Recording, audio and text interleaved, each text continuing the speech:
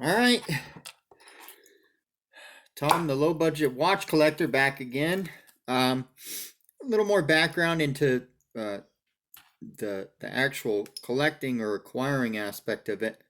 Um, you know, 100% of the watches that I'm showing in these videos are acquired locally. I live in a small town, so it's a great deal of networking.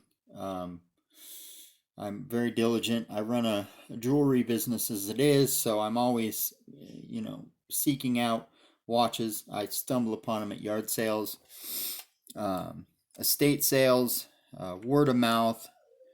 Um, Anywhere, anytime that I travel out of town, out of state, one of the first things I look for is I'm going through thrift shops and secondhand stores and the random yard sale in the middle of nowhere. I'm always looking for watches.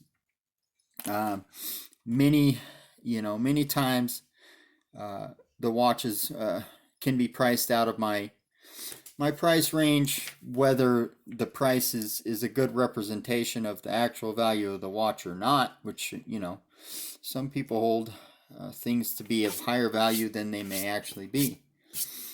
So you have to walk away sometimes.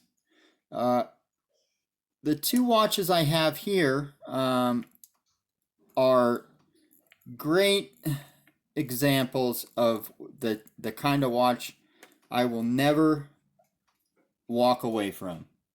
I've always got a handful of dollars in my pocket.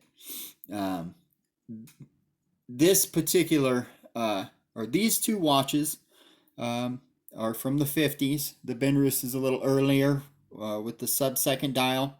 It's a mechanical hand wound watch. This is a 1956 or L7 date code Bulova 23 jewel self-winding watch.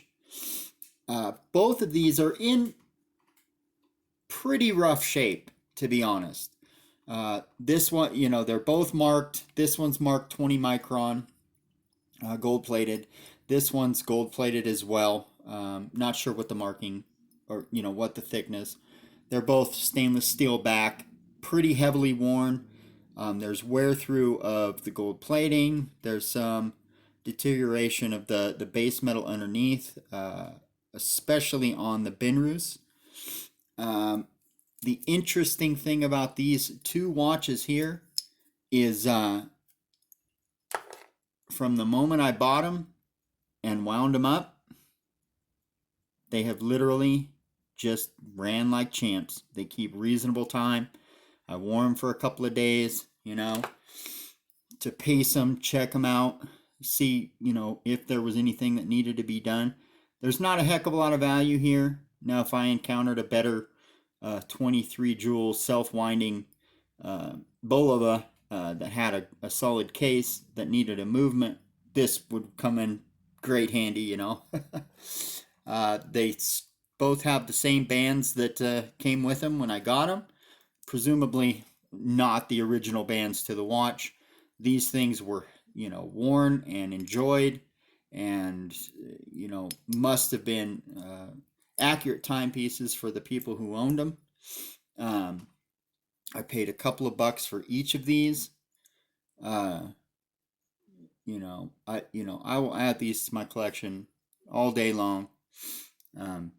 It's something that if I that I could give to somebody who's maybe thinking about looking into vintage watches. I could pass them this one and say, hey, throw it on, wear it around, see what you think about it. Just kind of junkers, and they all have a little story. These I truly enjoy. They just they sit on display, and I get great enjoyment out of having them. Well, that's another video. Thank you for watching, and like if you liked, and I'll be back with another watch.